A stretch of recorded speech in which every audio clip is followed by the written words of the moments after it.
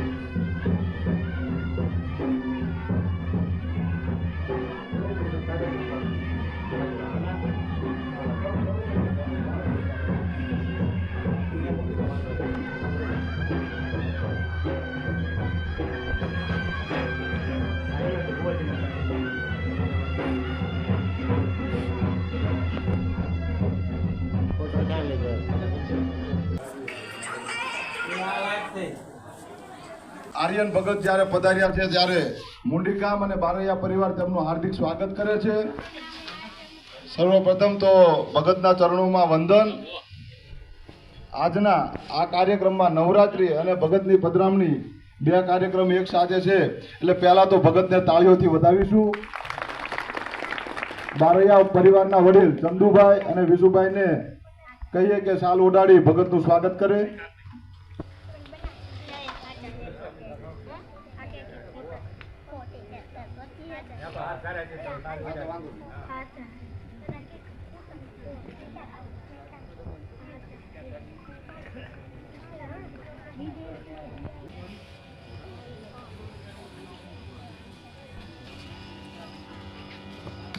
ખૂબ ખૂબ આભાર।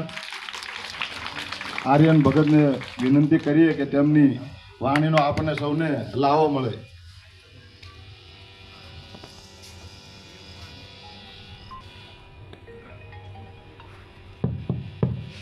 हेलो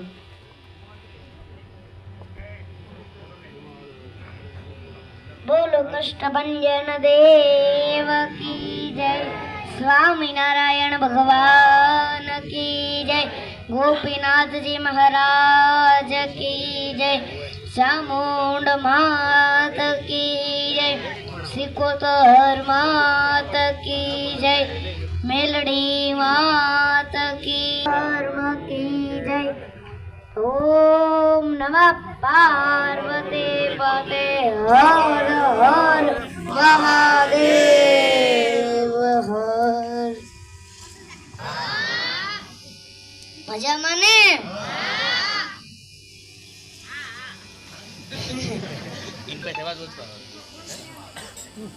सर्व अवतार धरतारम मुक्ति मुक्ति प्रदायकम वंदे हम श्रेष्ठ देवतम हरे कृष्ण मनोरम मनोजवम मारुतुल्य वेगम जितेन्द्रियम बुद्धिमतां वरिष्ठम वातात्मजं वानरयोध मुख्यम श्रीरामदूतं शरणं प्रपद्ये। સૌ કોઈના જીવનમાં એક એવી સાંજ આવે છે કે બધું જોવા છતાં એને કશું ન કામ આવે છે। સૌ કોઈના જીવનમાં એક એવી સાંજ આવે છે કે બધું જોવા છતાં એને કશું ન કામ આવે છે। મળે યશ અને કીર્તિ તેથી ફૂલાઈ ગૌરવથી જાતિ જેથી સારે બાજુથી ઘેરાય ને ત્યારે મારા બાપ મોઢે રામ આવે છે. તે છતાં જીવન જીવવાની એક જડીબુટ્ટી બતાવી દઉં, કવિરાજ કહે છે. તે છતાં જીવન જીવવાની એક જડીબુટ્ટી બતાવી દઉં કે જ્યારે દુનિયામાં દવા કામ ન લાગે ને ત્યારે જ કોકની દુવાઓ કામ લાગે છે. સુખ નથી દારૂની બોટલમાં, સુખ નથી રૂપિયાના ટોટલમાં, સુખ નથી ચીકણીની ડબ્બીમાં, પણ સાચું સુખ છે શ્રી હરિની છબીમાં. નામ કષ્ટભંજન માતા મુકણી દૂર થઈ જાય એના ચરણની અંદર શનિની પનોતી. ચરણમાં ઓલી જે સ્ત્રી દેખાય છે કોણ છે? શનિ. આખી દુનિયાની શનિ નડે પણ સાળીંગપુર દાદાના દરબારમાં આવે ને એને કષ્ટય ના નડે ને શનિ ના નડે. આ પ્રતાપ ત્યાં સદગુરુ ગોપલાન સ્વામિનારાયણ ભગવાનના માન સંત થઈ ગયા. એના આશીર્વાદે પહોંચ્યા ધરતીને કે આ ધરતીની અંદર જે કોઈ જીવ આવશે એના દુઃખ માત્ર દૂર થાય. ગરડું મારું ને હું ગરડાનો, એ તો કદી નથી મટવાનો. સર્વ તીર્થ પાપને બાળે કર્મને ના બાળે કોઈ, ઓ કર્મ બાળીને ભસ્મ કરે, ઓ દેખો મૂર્તિ દોય. દુરકપુર દેવળમાં બીજા જીવડા રાધાજીને કાન એક વખત સાચા ભાવથી કોઈ ગોપીનાથજી મહારાજના શરણે સમર્પિત થઈ જાય તો દુનિયાનું એવું કોઈ દુઃખ નથી કે ગરડાવાળા કાપીને ફૂકાના કાઢી નાખે. જો સર ફિરે હોતે હૈ इतिहास वही की लिखती है, समझदार तो लोग सिर उनके बारे में पढ़ते हैं. परख अगर हीरे की करनी है तो अंधेरे का इंतजार करो, वरना धूप में तो कांच के टुकड़े भी चमकती है. सच्चे इंसान और हिम्मत वाले की परीक्षा तो मुश्किलों में भी होती है. वो मार्ग सीधा नहीं था, बहुत कठिन था. અને હનુમાનજીને જેટલી રામા પ્રીતિ ભક્તિનો ભરોસો હતો એટલો બીજાને નહોતો, કારણ કે જેટલો ભરોસો મોટો ને એટલો ભગતય મોટો. તો આજે હું તમને ભગવાન કોનું ભાગ્ય બદલી નાખે એની કથા કહું કે ભગવાન કોનું ભાગ્ય બદલી નાખે. એક નાનકડું એવું ગામ હતું ને એમાં એક પડદારામ સાધુ, સિદ્ધ સાધુ એ ગામની અંદર. ગામને ગોંદરે સરસ મજાનું સત્સંગ થાય, સત્સંગ પૂરો થાય એટલે બધા પગે લાગીને જાય. એમાં એક વાણિયાનો છોકરો યુવાન પણ ગરીબ બહુ. વાણિયા કોઈ તડ ગરીબ નહીં પણ આ હતો. હા, વાણિયા ગરીબ નહીં હો, તે ગરીબ બહુ. તે પછી દરરોજ સાધુ પાસે આવતો રહે ને અને પછી એમના કાયમ બેઠો રહે. એક દિવસ બેઠો, બીજા દિવસ બેઠો, ત્રીજા દિવસ બેઠો. એકવાર સાધુએ એને પૂછ્યું, ભાઈ સવારથી સાંજ સુધી મહેનત કરું છું, પરસેવો પાડું છું, પણ ગુરુ સાંજના ખાવાના રોટલાનું થતું નથી. પૂછ્યું વીસમાં અવાજ કઈ છે મને તે સવારથી સાંજ સુધી મહેનત કરું છું, પરસેવો પાડું છું, પણ ગુરુ સાંજના ખાવાના રોટલાનું થતું નથી. ગુરુ બહુ દયાળુ હતા. આંખ બંધ કરી અને એ માણાનું પ્રારબ્ધ જોયું, એટલે એનું ભાગ્ય જોયું.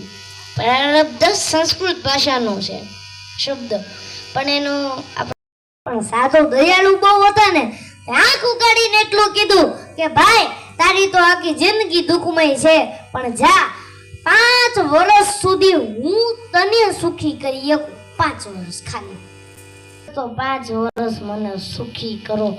અને ગુરુએ 2 હાથ માથે મૂક્યા હો ને એટલું કીધું, જા કાલથી તારા સુખના દિવસો ચાલુ, 5 વર્ષ સુધી તારે ત્યાં ધન ખૂટશે નહીં, જા. અને જેવો જ ઘરે ગયો બીજે જ દાડે એને વિચાર આવ્યો કે આ ઘરની અંદર પાછળનો જરાક એવા વધાર છે, ગાય વેચી દઉં, વેપાર કરું. અને એને એટલે ઈશ્વર જ્યારે આપે છે ને ત્યારે આમ ડાયરેક્ટ કઈ પૈસાનો ઢગલો નથી કરી દેતા. એ બુદ્ધિમાં ક્લિક થાય અને બુદ્ધિમાં જે ક્લિક થાય ને એ સાચી પડે. ભગવાન બુદ્ધિ પ્રદાતા છે.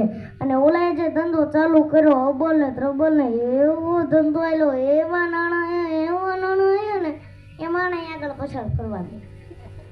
નાણાં આવે એટલે માણા આગળ પાછળ આવે, નાણાં આવે એટલે માણા આવે. અંદર તો આખા જિલ્લામાં એનું નામ થઈ ગયું કે આ ભાઈની ભેગા તો કોઈ ન આવે. અને પછી એને પૂછ્યું કે ભાઈ તારે લગ્ન કરવા છે? ઓલાએ કીધું હા ભાઈ લગ્ન તો કરવા. તો કોકે છોકરી આપીને લગ્ન થઈ ગયા. અને પછી એને વિચાર્યું જે કે ભેગું કરવું જ નથી ને બધાને સમજવા જેવી વાત. ભેગું કરવું જ નથી, હું પૈસા ભેગા કરી બેંકમાં મૂકીશ, એફડી કરીશ, આમ કરીશ, તેમ કરીશ, તોય મારા ભાગ્યમાં 5 વર્ષ પછી નથી. એટલે લાવ આ પૈસાના માધ્યમથી કોઈને ભેગું કરી લેવા દે. મોટા મોટા સત્કર્મ કરાવે, કુવાઓ ખોદાવે, ભાવ ગળાવે, એ બધે અનેક ક્ષેત્રો ચાલુ કર્યા. મોટા મોટા સંતોને બોલાવીને સત્સંગના પારાયણો કરાયા. અને 5 વર્ષ પછી ઓલા સાધુ સિદ્ધ સાધુ ફરતા ફરતા પાછા ગામમાં આવ્યા. આખું એ ગામ બાજુ ભેગું થયું ને ઓલાને તો ભાઈ આ ગુરુ પડ્યા હતા. દોડતો દોડતો આવ્યો અને ધૂળમાં દંડવત કરવા માંડ્યો. હવે કીધું કેમ છે ભાઈ? તો કે ગુરુ, જ્યારથી તમારી દ્રષ્ટિ મારા ઉપર પડી છે ત્યારથી ઈશ્વરે મને 1000 હાથથી આપવાનું ચાલુ કર્યું છે, પાછું વળીને જોયું નથી. અને ગુરુ, આ 5 વર્ષમાં દુઃખ શું કહેવાય ને એ મને ખબર નથી પડી. અને 5 વર્ષ કેમ જતા રહે એ ખબર નથી પડી. ગુરુ એને કીધું તૈયાર થઈ જાજે, 2 દિવસ પછી તારા 5 વર્ષ પૂરા થવાના છે અને જે પરિસ્થિતિ હતી એ જ ચાલુ થાય. એને કીધું કાંઈ વાંધો નહીં ગુરુ, આ 5 વર્ષમાં મારે જે કરવાનું હતું ને એ મેં કરી લીધું, પણ બહુ ભેગું કર્યું છે. અને ગુરુએ જે ફરી નાક બંધ કરી હો અને ઓલા ઈશ્વરના દરબારમાં જોયું તા તો ઈશ્વરના દરબારમાં ચોપડાના ચોપડા પુણ્યના જમા જમા જમા જમા જમા. ભગવાને એનું જે ભાગ્ય લખ્યું હતું ને એની જગ્યાએ ફેરવી નાખ્યું કે આ જીવન સંપત્તિવાન રહેશે. इन हाथों की लकीरों पर भरोसा मत करना यारो, इन हाथों की लकीरों पर भरोसा मत करना यारो, क्योंकि तकदीर तो उनकी भी होती है जिसके हाथ भी नहीं होते. અને અચાનક દુઃખ આવી પડે ને અને રસ્તા ના સૂજે, અચાનક દુઃખ આવી પડે અને રસ્તા ના સૂજે, ત્યારે ચિંતા મનને ઘેરી લે ને ત્યારે તમારી કુળદેવીના શરણમાં જજો, બધા જ રસ્તા થઈ જશે. બોલો કષ્ટભંજન દેવ કી જય, સ્વામિનારાયણ ભગવાન કી જય, ચામુંડ માત કી જય.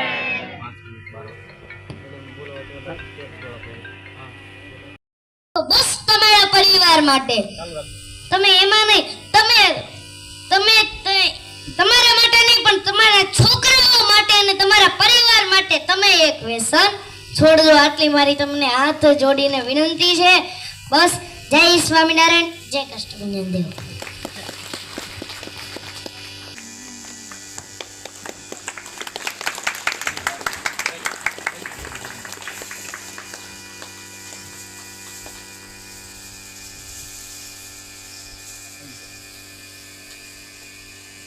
બોલો.